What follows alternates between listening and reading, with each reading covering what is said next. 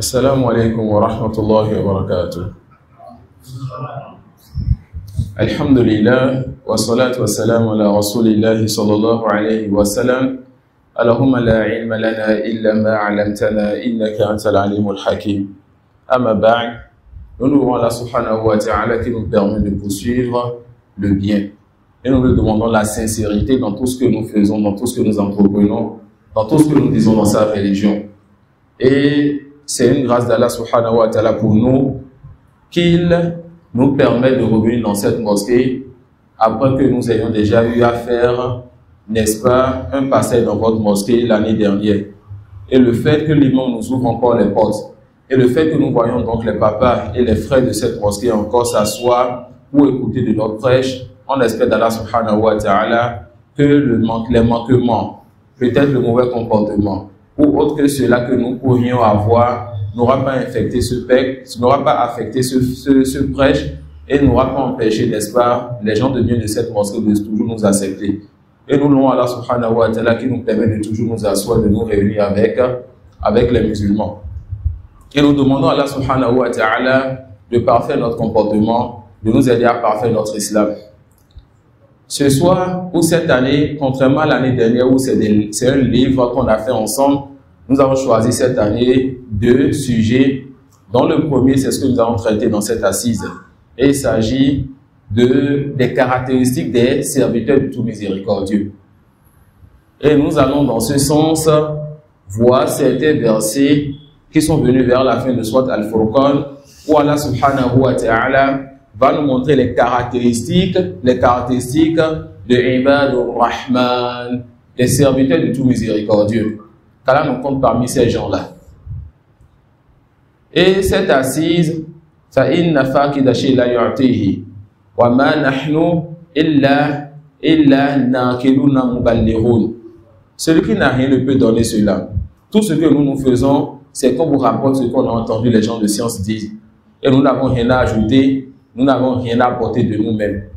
Et cette assise, elle sera surtout prise d'une assise et d'une conférence d'un noble cheikh, d'un grand savant, le fils d'un grand savant, du cheikh Abou Razak al-Badr, hafizahullah ta'ala. Une assise dans laquelle le cheikh, hafizahullah ta'ala, va nous montrer les caractéristiques, les attributs de qui? Les serviteurs du tout miséricordieux. Et Allah, il a décrit les serviteurs du tout miséricordieux et il a montré 8 attributs, 8 caractéristiques, 8 comportements importants de ces serviteurs. Et il convient à tout musulman donc de suivre ce type d'assises ou de lire ou de méditer sur ce type de versets afin de chercher à se rapprocher donc des caractéristiques de ces serviteurs. Et Allah subhanahu wa ta'ala, il va, chaque fois qu'il veut parler de ces serviteurs, ceux-là qu'on va appeler Ibadur Rahman, les serviteurs de tout miséricordieux, il va commencer par Walladhina, ceux-là qui, et il va les caractériser subhanahu wa ta'ala. Allah subhanahu wa ta'ala, il va commencer donc ce qui nous intéresse ce soir en disant Wa ibadur rahman alladhina yamshuna 'ala al-ardi hawna wa idha khatabahumul jahiluna qalu salama.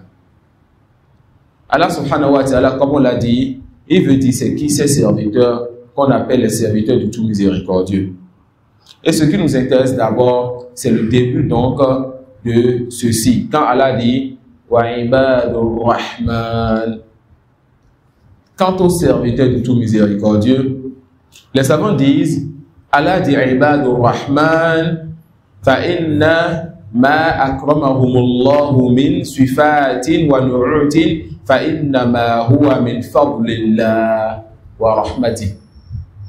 Ces serviteurs dont Allah veut parler, ce qu'Allah leur a facilité comme bon comportement, comme attribut et comme mérite, cela est juste une grâce d'Allah sur eux et une miséricorde de sa part. Allah dit وَلَوْلَا فَضْلُ اللَّهِ وَعَلَيْكُمْ وَرَحْمَتُهُ مَا زَكَّى مِنْكُمْ مِنْ أَحَدٍ أَبَدًا. Si ce n'est la grâce d'Allah sur vous, ainsi que sa miséricorde, nul d'entre vous ne pourrait se purifier. Alors tout bienfait, et il n'y a pas de meilleur bienfait pour le serviteur si ce n'est le fait qu'Allah le guide vers les bonnes choses de sa religion. Donc tout bienfait qui t'atteint, c'est une grâce d'Allah, une miséricorde de sa part. Alors comme Allah veut parler des meilleurs bienfaits qu'il a accordés à certaines catégories de ces créatures, il s'agit des bienfaits religieux, il les a carrément caractérisés par le nom Ibadur Rahman, les serviteurs de tout miséricordieux. Ma annal kulla abdun lillah, alors que toute personne, toute créature, tout fils d'Adam est quoi? Est serviteur d'Allah. Mais qu'est-ce qui fait que ceux-ci, on les dit carrément qu'ils sont, c'est les serviteurs de tout miséricordieux? Parce qu'Allah leur a fait miséricorde par le fait de les guider à la religion, de purifier leur cœur de ce qu'ils détestent et de faire en sorte qu'ils aient les 8 attributs que nous allons voir tout à l'heure. La première de ces 8 caractéristiques, mes frères en Allah, les savants disent Al-Waqar was-Sakina wa-Tawadu' lillahi wa-Tawadu' ma'a ibadillah. La première chose qui caractérise les serviteurs du tout miséricordieux, c'est leur dignité. L'humilité qu'ils ont envers Allah. C'est des gens qui ont de la tranquillité, ils sont calmes, ils sont apaisés. Et c'est des gens qui ont de l'humilité envers leur Seigneur, et ils ont de l'humilité envers les serviteurs d'Allah. La première des 8 choses qui caractérisent les serviteurs du tout miséricordieux, c'est des gens qui ne se prennent pas d'orgueil. Des gens qui sont humbles. Humbles envers leur Seigneur et humbles envers les serviteurs de leur Seigneur. Allah subhanahu wa ta'ala dit dans le premier verset, comme on vient de le voir, wa ibadur rahmani alladhina yamshuna 'ala al-ardi hawna wa idha khatabahumul jahiluna qalu salama. Les serviteurs du tout miséricordieux sont ceux qui marchent humblement sur terre. Ils ne se vantent pas de ce qu'Allah leur a accordé dans ce bas monde. Et ils ne se prennent pas d'orgueil face à la vérité. Ils ne cherchent pas à se montrer meilleurs que les gens. Ils sont humbles envers leur Seigneur et humbles envers les serviteurs, les créatures de leur Seigneur. Ils sont humbles envers leur Seigneur et humbles envers les créatures de leur Seigneur. Et lorsque quelqu'un essaie de leur nuire, quelqu'un essaie de les atteindre d'une nuisance, il repousse le mal par le bien. Allah subhanahu wa ta'ala dit quoi? Wa idha khatabahumul jahiluna qalu salama. Idha khatabahumul jahiluna bi khitabil jahl qalu salama. Lorsque l'ignorant, celui qui est dénué d'esprit, leur parle de ce qui n'a pas de sens, leur dit des paroles parmi les paroles qui ne conviennent pas. Lorsqu'on les insulte, lorsqu'on essaie de nuire à leur personne ou ce qui va dans ce sens, ils répondent de la meilleure des manières. Ils répondent, eux, avec ce qui ne renferme pas d'insultes ni de gros mots. Allah subhanahu wa ta'ala dit, idfa' billati hiya ahsan. Allah dit quoi? Repousse le mal par ce qui est meilleur. Alors les serviteurs du tout miséricordieux, qu'est-ce qu'ils font? Ils sont humbles sur la terre d'Allah. Ils ne s'enflent pas d'orgueil sur la terre d'Allah. Ils sont humbles envers leur Seigneur et humbles envers les créatures de leur Seigneur. Et quand quelqu'un essaie de les atteindre d'un mal, il repousse le mal par ce qui est meilleur. Il repousse le mal par ce qui est meilleur.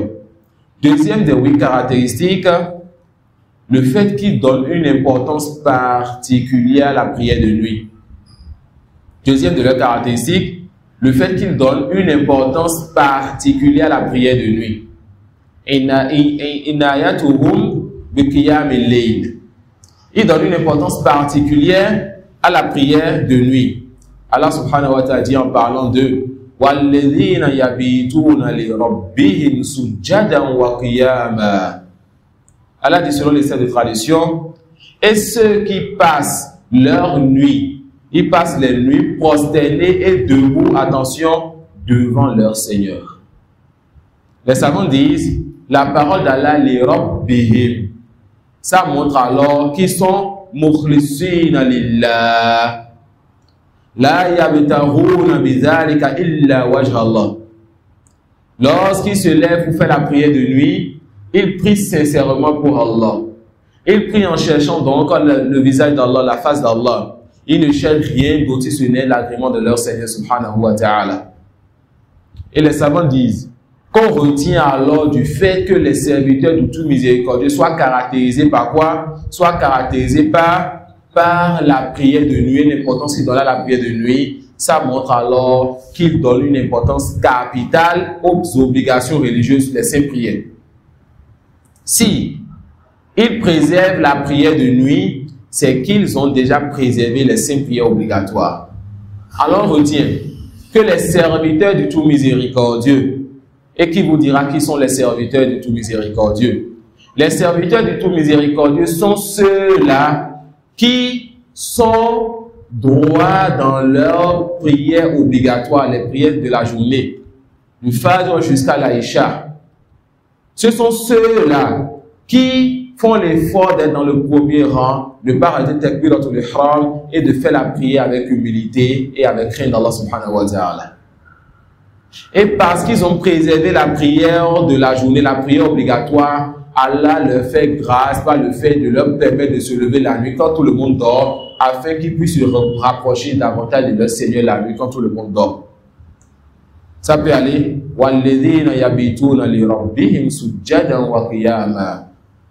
Ces gens-là qui ont préservé leur sainte prière journalière et qui ensuite se lèvent encore la nuit et qui font quoi? Et qui font Qiyamul Layl, qui font la prière de nuit. Troisième de leurs attributs, la peur qu'ils ont du feu. La peur qu'ils ont du châtiment de leur Seigneur. La peur qu'ils ont de quoi? De la colère de leur Seigneur. Allah subhanahu wa ta'ala dit وَالَّذِينَ يَقُولُونَ رَبَّنَا اصْرِفْ عَنَّا عَذَابَ جَهَنَّمَ إِنَّ عَذَابَهَا كَانَ غَرَامًا. Ces gens-là qui disent notre Seigneur, ô Allah, écarte de nous le châtiment de l'enfer. Certes, son châtiment est permanent. Ils avaient peur du châtiment de leur Seigneur. Ils avaient peur de la colère de leur Seigneur. Alors, ils imploraient Allah de les écarter, de les éloigner, de les préserver de ce châtiment-là.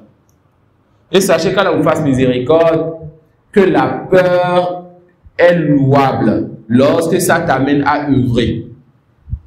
De la même façon que l'espoir est louable lorsque cela t'amène à œuvrer. La peur qui t'amène à désespérer de la miséricorde d'Allah n'est pas une peur louable. Et l'espoir qui t'amène à te reposer sur la miséricorde d'Allah et ne pas œuvrer n'est pas un espoir louable. Lorsque tu as peur de l'enfer, de la colère d'Allah et de son châtiment, alors tu dois délaisser ce qu'Allah déteste, ce qu'Allah interdit, afin d'être préservé de ce châtiment, de cette colère. Et lorsque tu espères l'agrément d'Allah, son pardon et sa miséricorde et son paradis, alors tu dois œuvrer en faisant les bonnes actions par lesquelles tu vas espérer donc ceci, le paradis de ton Seigneur.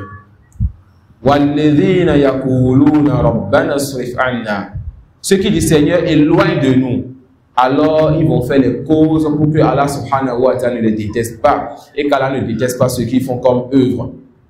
Ils vont faire les causes pour qu'Allah subhanahu wa ta'ala ne déteste pas et qu'Allah ne déteste pas ceux qui font comme œuvre. Subhanallah. Ibadur Rahman, qui sont-ils? Ceux-là qui font des efforts et qui restent fermes sur les obligations religieuses. Ibadur Rahman, qui sont-ils? Ceux-là qui ajoutent des œuvres surérogatoires et qui font la prière de la nuit. Et malgré cela, c'est eux qui ont encore peur du châtiment de leur Seigneur.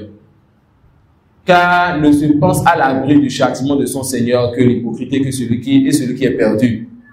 Et n'a peur du châtiment de son Seigneur que le croyant. Alors, Ibadur Rahman, avec ce qu'ils font comme bonnes actions et comme efforts dans la religion, dans les actes obligatoires et les actes surérogatoires, ils ont peur du châtiment de leur Seigneur. Et ils invoquent leur Seigneur et implorent leur Seigneur. Seigneur, éloigne de nous donc ce châtiment. Éloigne de nous donc ce feu-là. Allah subhanahu wa ta'ala dit en parlant donc de la mauvaise fin de ceux-là qui seront châtiés. Innaha sa'at mustaqarran wa muqama. Allah dit, quel mauvais gîte et lieu de séjour est donc cet enfer-là. L'enfer n'est pas une demeure, l'enfer n'est pas un lieu où les gens vont se reposer. C'est quelque part où le châtiment ne fera qu'être augmenté. On augmentera châtiment sur châtiment. Alors les serviteurs du tout miséricordieux, ils ont réuni entre l'espoir et les efforts qu'ils font dans les obligations et dans les actes surrogatoires. Et la peur donc qu'Allah subhanahu wa ta'ala châtie. Et c'est comme ça que le serviteur se rapproche de son Seigneur. Les savants disent que les adorations ont besoin de 3 choses. Que les adorations ont 3 piliers. L'amour, l'espoir et la peur.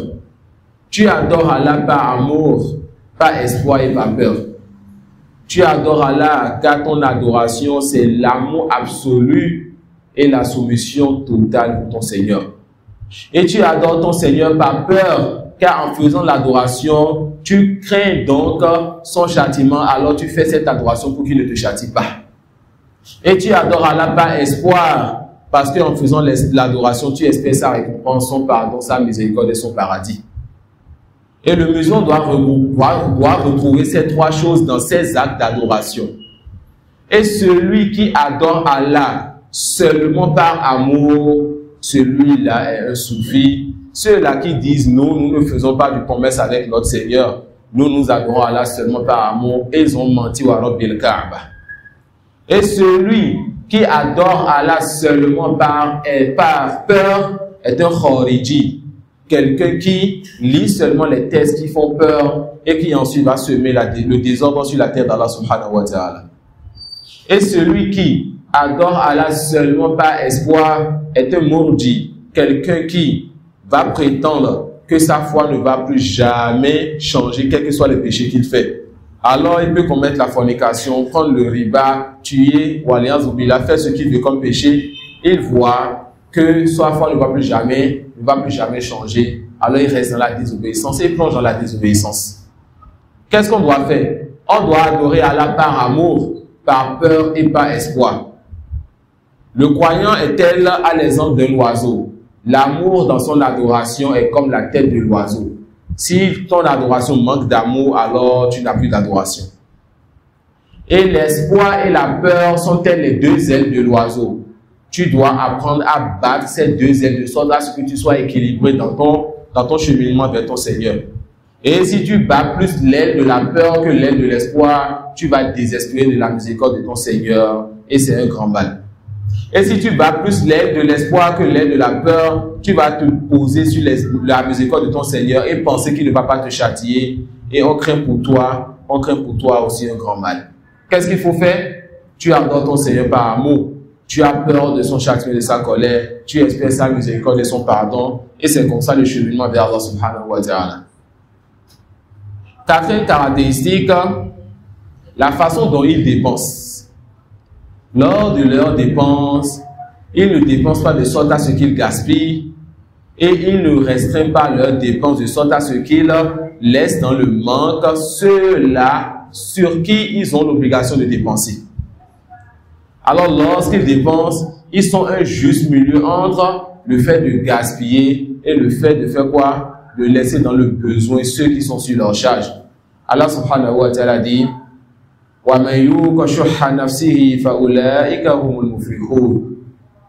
il dit, quiconque se prémunit contre sa propre avarice, celui-là qui n'est pas avare contre sa propre personne, ou bien ceux qui sont à sa charge, ceux-là sont ceux qui réussissent. Et en parlant des ibad ar-Rahman, Allah subhanahu wa ta'ala dit وَالَّذِينَ إِذَا أَنْفَقُوا لَمْ يُسْرِفُوا وَلَمْ يَقْتِرُوا وَكَانَ بَيْنَ ذَلِكَ قَوَامًا.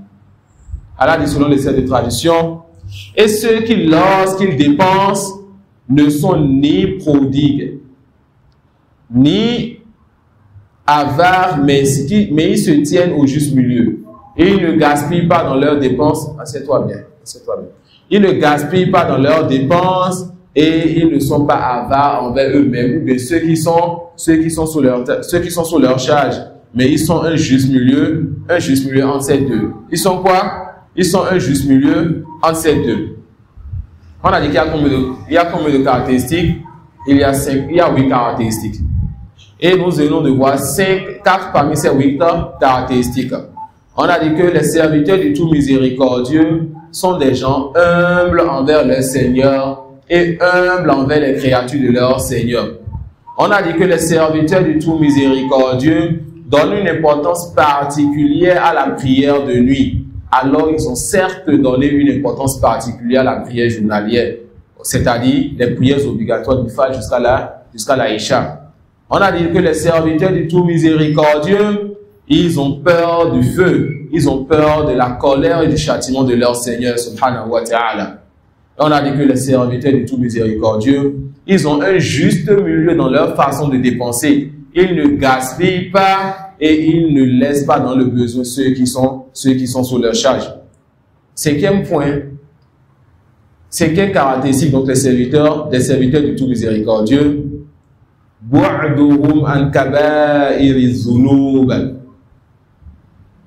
le fait qu'ils délaissent les péchés majeurs. Le fait qu'ils délaissent les péchés majeurs. Et Allah va citer de façon particulière 3 parmi ces péchés majeurs.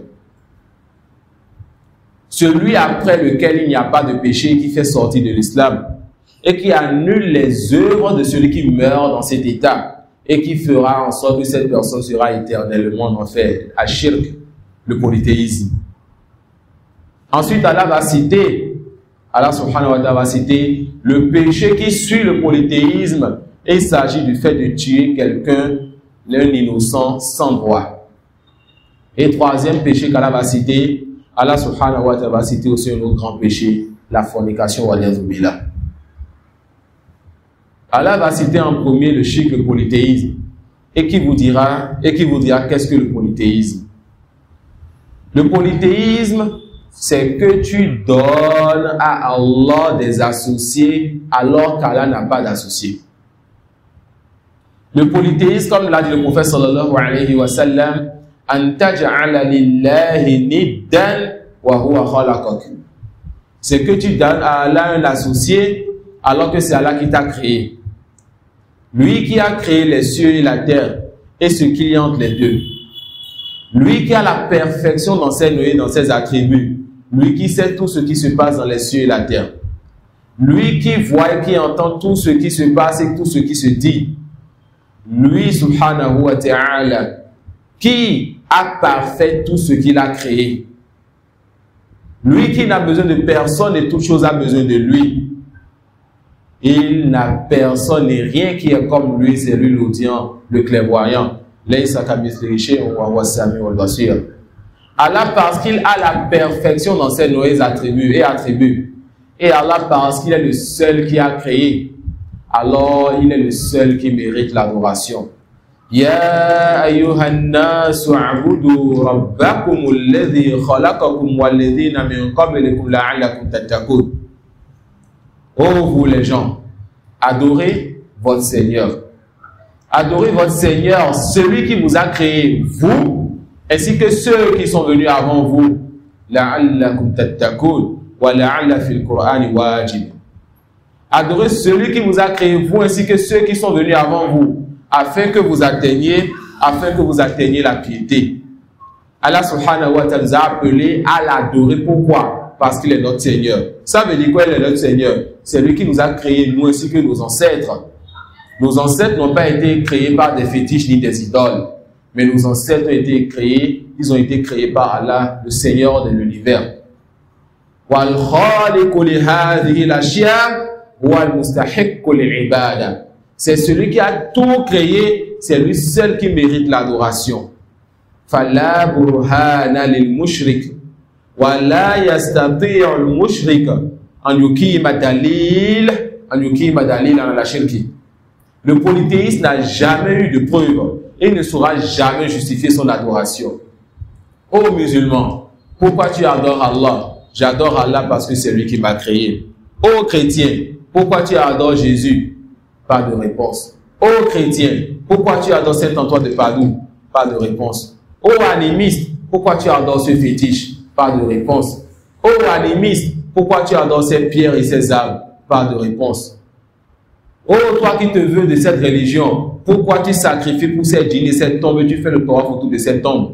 Pas de réponse. Ashirku millatun wahida. Le polythéisme est une seule religion, que ce soit l'adoration de Jésus ou des saints ou de Marie, que ce soit l'adoration des fétiches, des pierres ou des idoles, que ce soit l'adoration des arbres, que ce soit l'adoration des anges ou des djinns, ou que ce soit l'adoration des chiens ou des tombes ou des morts. Ashirku millatun wahida. La yufarriqu l'islam bayna.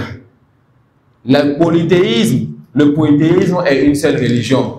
L'islam ne fait pas de différence entre polythéiste et polythéiste. Toute personne qui adore en dehors d'Allah ce qui ne mérite pas l'adoration, et tout ce qui est adoré en dehors d'Allah ne mérite pas l'adoration, alors cette personne est polythéiste, qu'elle veuille ou pas.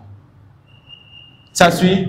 Alors Allah va parler de ce grand péché et il va dire que Ibad al-Rahman, que les serviteurs du tout miséricordieux, c'est ceux qui ne font pas les grands péchés. Et le plus grand des péchés, c'est celui qu'Allah ne pardonne pas. Et le plus grand des péchés, c'est celui qui va amener la personne qui meurt dans cet état être éternellement en enfer. Il s'agit de quoi? Ashirku billah. Inna Allah la yaghfiru an yushraka bihi wa yaghfiru ma duna dhalika liman yasha. Oh toi mon frère, qui a été éprouvé par ces oustas ou ces alphas qui t'ont laissé porter des talismans, qui peut-être te font des choses, te remettent des calebasses ou autre chose que tu places dans ta boutique au service ou à la maison. Écoute, Inna Allah la yaghfiru an yushraka bihi wa yaghfiru ma duna dhalika liman yasha. Allah subhanahu wa ta'ala ne pardonne pas qu'on lui donne d'associer. Et il pardonne autre que cela à qui il veut. Il pardonne autre que cela à qui il veut. Le shirk, le polythéisme est tombé chez les autres et c'est tombé chez certaines personnes de cette communauté sans qu'ils le sachent. Parfois ils le savent, parfois ils sont trompés par leur devancier. Wallahu musta'an. Inna Allah la yaghfiru an yushraka bihi. Allah subhanahu wa ta'ala ne pardonne pas qu'on lui donne d'associer. Allah va interdire alors les grands péchés et il va dire que les Ibad al-Rahman, les serviteurs de tout miséricordieux, ne font pas les grands péchés. Et le plus grand de ces péchés, c'est le polythéisme. Que ce soit le polythéisme qui fait sortir de l'islam, ou bien l'ostentation, ou bien ce qui va dans ce sens. Ils ont la science qui les préserve par la grâce d'Allah de tomber dans ces grands péchés. Et Allah va montrer aussi qu'ils ne tombent pas dans le meurtre. Ils ne tuent pas l'innocent sans droit. Ça suit. Les savants disent Ma usiyallahu bi dhanbin a'zam ba'da shirki min qatl an-nafs al-ma'sum bi ghayri al-haqq. On n'a pas désobéi à Allah avec un péché plus grand après le polythéisme, si ce n'est le fait de tuer, des innocents sans droit. Tuer des innocents sans droit est un mal. Et penser que tuer des innocents sans droit, ça nous donne des hasanat et qu'on se rapproche d'Allah, c'est un mal plus grand encore. Voilà pourquoi dans cette communauté, il y a un groupe qu'on appelle les Harouriyah. Voilà comment Aïcha ainsi que les compagnons les appelaient les Harouriyah. Et aujourd'hui, on les appelle aussi les Khawarij. Et si vous voulez, certains les appellent les terroristes. Il s'agit d'un groupe de personnes, de jeunes, dénués d'esprit, qui pensent qu'ils se rapprochent d'Allah subhanahu wa ta'ala en rendant mécréants les musulmans et en tuant les musulmans, en se privant de donner le dépôt quand ils prennent le dépôt chez les musulmans et en semant la corruption sur la tête d'Allah subhanahu wa ta'ala. Et en semant le désordre sur la tête d'Allah subhanahu wa ta'ala. Ceux-là ont réuni entre le fait de tuer sans droit et le fait de penser que tuer sans droit les rapproche d'Allah subhanahu wa ta'ala. Et ils sont les pires des créatures qui seront tuées, n'est-ce pas, sous les cieux. Et le prophète sallallahu alayhi wa sallam les a menacés en disant La adraktuhum la qataltuhum qatla Ad wa fi riwaya qatla Samoud. Le prophète sallallahu alayhi wa sallam a dit que s'il les rencontrait, il allait les anéantir, tout comme Allah a anéanti le peuple de Ad et dans une version le peuple de Samoud. Et le prophète sallallahu alayhi wa sallam dit quoi? Ils sont les chiens de l'enfer. Ces gens-là, ils tuent les musulmans et ils délaissent les animistes. Ils tuent les musulmans, ils délaissent les polythéistes. Ils tuent les musulmans, ils délaissent les mécréants. Alors, ils sont tels des chiens dans ce bas monde qui défendent les mécréants contre les musulmans, alors ils seront dans la demeure des mécréants, ils seront les chiens de l'enfer. Ils seront quoi? Ils seront les chiens de l'enfer. Alors Allah subhanahu wa ta'ala va dire وَالَّذِينَ لَا يَدْعُونَ مَعَ اللَّهِ إِلَهًا آخَرَ. Ceux-là qui n'invoquent en dehors d'Allah subhanahu wa ta'ala aucune autre divinité. وَالَّذِينَ لَا يَدْعُونَ مَعَ اللَّهِ إِلَهًا آخَرَ وَلَا يَقْتُلُونَ النَّفْسَ الَّتِي حَرَّمَ اللَّهُ. Et ils ne tuent pas les gens, ou bien ils ne tuent pas ceux qu'Allah il a interdit de tuer. Illa bil haqq, si ce n'est qu'avec droit, comme le fait que le dirigeant musulman ou le juge musulman d'un pays musulman demande d'appliquer la sentence et de tuer celui qui a tué. Par hasard, bil haqq. Ça, c'est le fait de tuer quelqu'un avec droit. Ça suit. Il n'invoque pas en dehors d'Allah ce qui ne mérite pas l'adoration. Et toute chose en dehors d'Allah ne mérite pas l'adoration. Il ne tue pas sans droit. Il ne tue pas l'innocent. Il ne tue pas l'innocent sans droit. Et Allah subhanahu wa ta'ala dit Wala yazloun. Et ils ne commettent pas la turpitude, la fornication. Waliyazu billah. Wa man yaf'al dhalika yalqa athama. Et celui qui fait ces choses-là va encourir une grande punition. C'est quoi cette punition? Yudha'afu lahu al'adhabu yawm al-qiyamah wa yakhludu fihi muhana. Allah subhanahu wa ta'ala dit, on va doubler le châtiment pour ces gens-là le jour dernier et ils demeureront dans l'enfer éternellement. Prêtez attention. On a parlé des grands péchés ici. On a parlé du polythéisme et on a parlé de la fornication et du meurtre. Quant au polythéisme, le grand polythéisme, quand tu meurs dedans, tu es éternellement en enfer. Le petit polythéisme, le meurtre, quand tu tues un musulman ou même un non-musulman, et la fornication et les autres péchés sont de grands péchés en islam, mais qui sont sous la volonté d'Allah. Si Allah veut, il te châtie. S'il veut, il te pardonne. Et on ne sait pas ce qu'il fera de chaque personne. Mais comment comprendre quand Allah subhanahu wa ta'ala dit qu'ils seront éternellement dans l'enfer? Les savants disent que al-khulud khuludan. Le mot khulud, qui veut dire éternel, a deux sens. Un sens qui est, n'est-ce pas, connu, et c'est le fait que la personne soit dans l'enfer éternellement et ne sorte jamais de l'enfer. Et le deuxième sens du mot khulud, al-mukthu tawil. Le fait que la personne reste longtemps dans l'enfer. Alors celui qui commet la fornication, est-ce que la personne a quitté l'islam? Est-ce qu'elle ira en enfer éternellement? La réponse non. Mais cette personne fait partie de ceux pour qui Allah il a dit, s'ils rentrent dans l'enfer, ils vont y rester longtemps. Et quand Allah dit longtemps, c'est longtemps. Quand le vulgarisateur du quartier dit à ton enfant, je vais te donner beaucoup d'argent. Et quand le banquier du quartier dit à ton enfant, je vais te donner beaucoup d'argent. Et quand le directeur de la banque dit à ton enfant, je vais te donner beaucoup d'argent. Et quand le président dit, je vais te donner beaucoup d'argent n'est pas beaucoup d'argent. Et la quantité ou la valeur sera en fonction de celui qui parle. Quand Allah dit donc que celui qui tue les innocents sans droit, ou celui qui fait la fornication va être longtemps en enfer, alors longtemps, quand Allah le dit, c'est longtemps. Ça fait donc partie des péchés que le serviteur d'Allah doit délaisser. Ça fait partie des péchés que le serviteur d'Allah doit délaisser. Mais il se peut qu'une fois en passant, les serviteurs du tout miséricordieux tombent dans ces grands péchés. Car ils sont des hommes. Ils ont parfois l'entourage, ils ont l'environnement ou autre que cela. S'ils tombent dans ces grands péchés, qu'est-ce qu'ils font? Allah subhanahu wa ta'ala dit Illa man taba wa amana wa amila amalan saliha fa ulaika yubaddilu Allahu sayyi'atihim hasanat. Subhanallah. Parce qu'ils sont serviteurs du tout miséricordieux et qu'ils font des efforts pour ne pas tomber dans ces grands péchés. Si une fois en passant, ils désobéissent, ils tombent dans ces grands péchés, ils se retiennent, ils pleurent, ils reviennent vers le Seigneur, ils demandent pardon, se repentent. Et lorsqu'ils se repentent, ils ne s'en limitent pas à cela.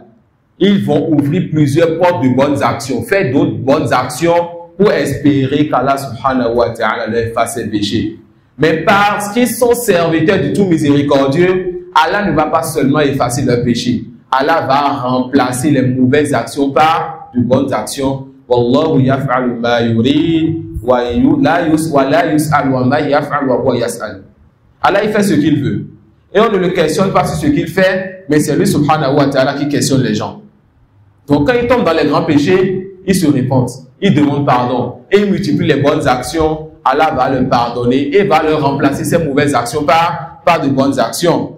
Wa kana Allahu ghafuran rahima. Allah subhanahu wa ta'ala, il pardonne beaucoup et il fait beaucoup miséricorde à ses serviteurs. Wa man taba wa amila salihan fa innahu yatubu ila Allahi mataba. Celui donc qui se répand et qui fait de bonnes œuvres, alors c'est vers Allah qu'aboutira son retour. Vous savez c'est quoi le repenti? Le repenti, mes frères en Allah, c'est que tu fasses le péché et qu'Allah tourne ton cœur vers le regret de ce péché, que tu détestes ce péché et qu'Allah veuille de toi que tu délaisses ce péché. Alors c'est lui qui t'a donné le izn, c'est lui qui t'a permis de détester le péché, c'est lui qui va accepter ton repenti, c'est lui qui va te pardonner. Et si tu fais partie de ces ibadur rahman, c'est lui qui va remplacer encore ton péché par de bonnes actions, subhanallah. Ni'amullahi wa fadluhu alayna kathira. Les bienfaits d'Allah et sa grâce sur nous sont multiples, subhanahu wa ta'ala. Alors, parmi leurs caractéristiques, le fait qu'ils délaissent quoi? Qu'ils délaissent les grands péchés. Et si une fois en passant, ils tombent dedans, on sait comment ils se comportent. Et quand ils se comportent en se repentant, Allah leur pardonne et leur remplace les mauvaises actions par des bonnes actions. Et rappelez-vous, lorsqu'ils se sont repentis, ils ont fait quoi? Ils ont fait beaucoup de bonnes actions. Beaucoup de personnes, lorsqu'ils tombent dans des péchés et qu'ils détestent et ils regrettent ces péchés, ils ont un comportement. Le péché va les amener à se dire, je ne veux plus faire des efforts. Le diable va lui dire, tu es un hypocrite si tu continues à faire des efforts. C'est toi qui viens de faire ceci. Tu es un hypocrite si tu continues à faire des efforts. Dis au diable, je ne suis pas un hypocrite. Serre ta ceinture et fais plus de bonnes actions afin que ces bonnes actions, n'est-ce pas, remplacent les torts que tu as fait à ton âme. Sixième de leurs caractéristiques, le fait qu'ils s'éloignent des assises de plaisanterie, le fait qu'ils s'éloignent des assises de distraction. Le fait qu'ils s'éloignent des assises de distraction. Et prêtez attention. Allah subhanahu wa ta'ala dit وَالَّذِينَ لَا يَشْهَدُونَ الزُّورَ وَإِذَا مَرُّوا بِاللَّهْوِ مَرُّوا كِرَامًا. De façon générale, c'est ceux-là qui ne portent pas de faux témoignages et qui ne restent pas dans les assises où il y a le faux témoignage. Ça peut aller. Et qui, lorsqu'ils passent auprès d'une frivolité, de quelque chose qui n'a pas de valeur, des assises où il n'y a pas de faïda, des assises où c'est de la plaisanterie, ils s'écartent donc de façon noble de ces assises. Mais moi, j'aimerais qu'on regarde ce verset, le verset précédent, d'une autre façon.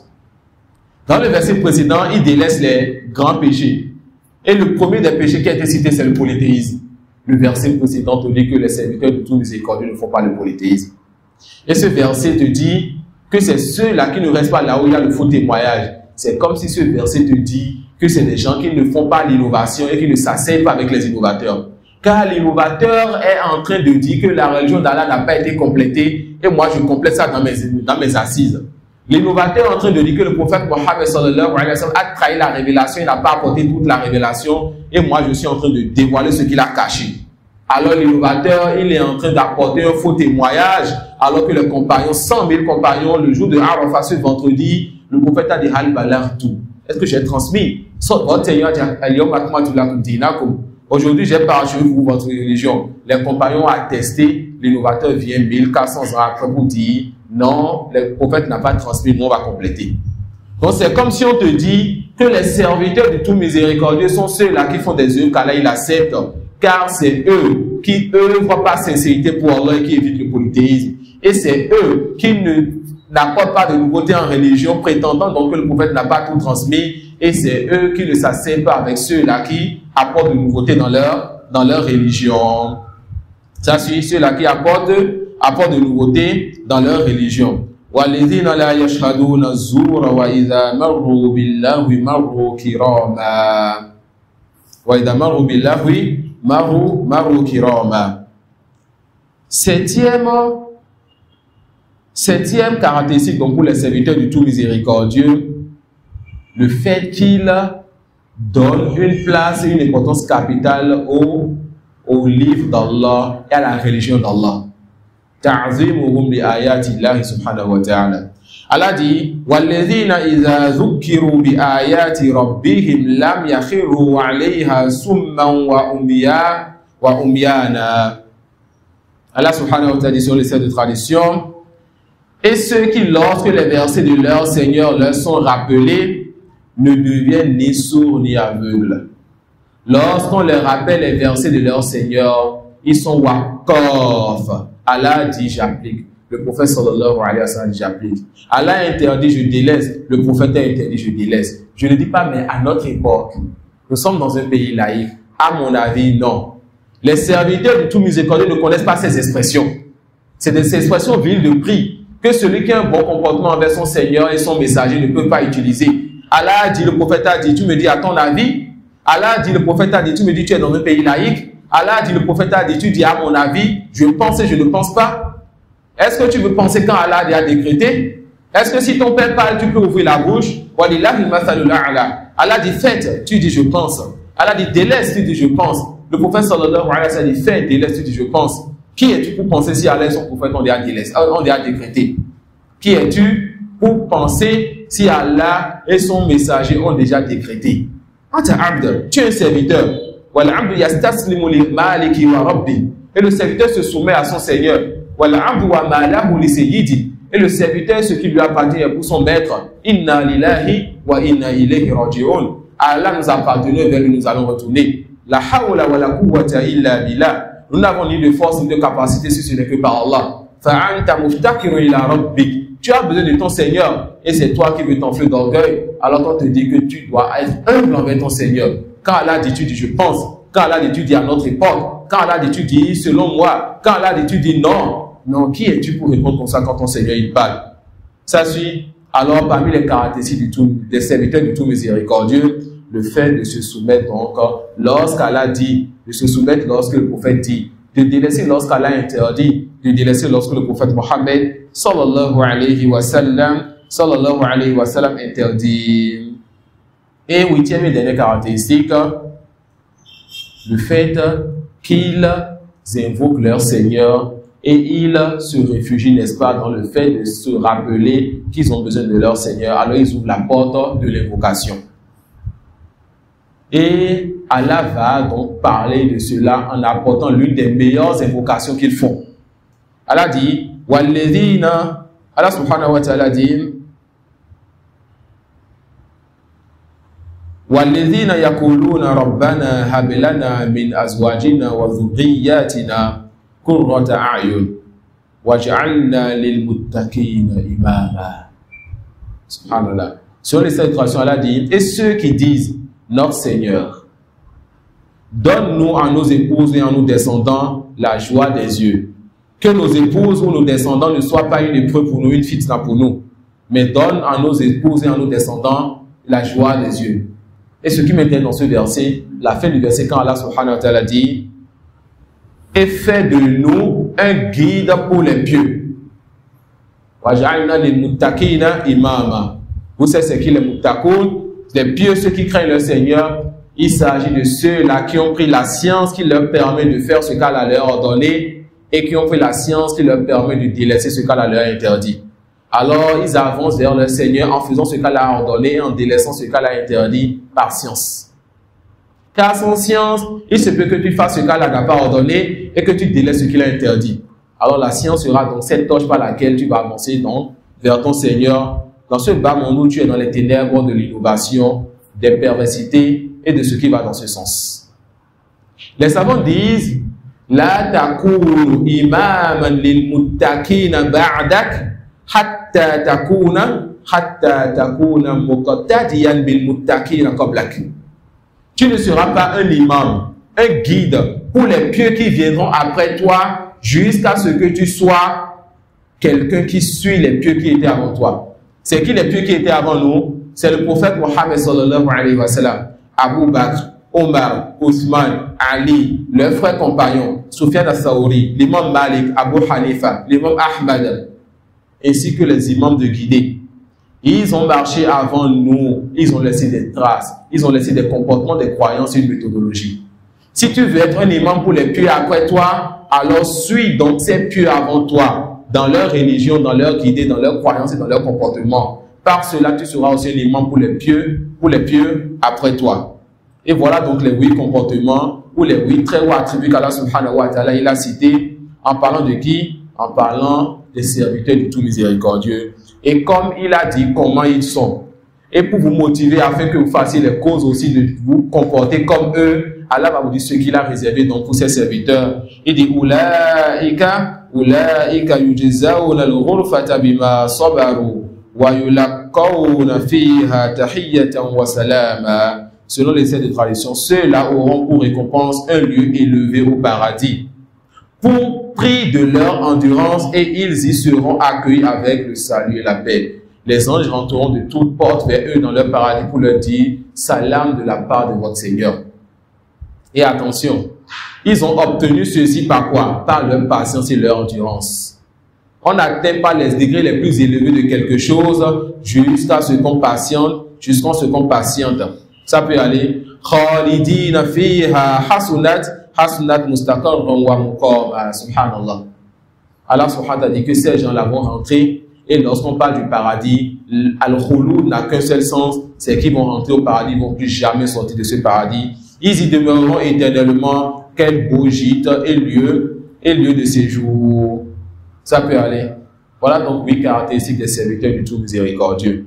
8 caractéristiques qui permettent donc au fils d'Adam d'obtenir le paradis de son Seigneur. Un paradis dans lequel il n'entendra ni futilité, ni distraction. Un paradis dans lequel il sera avec les gens véridiques, les prophètes, les martyrs.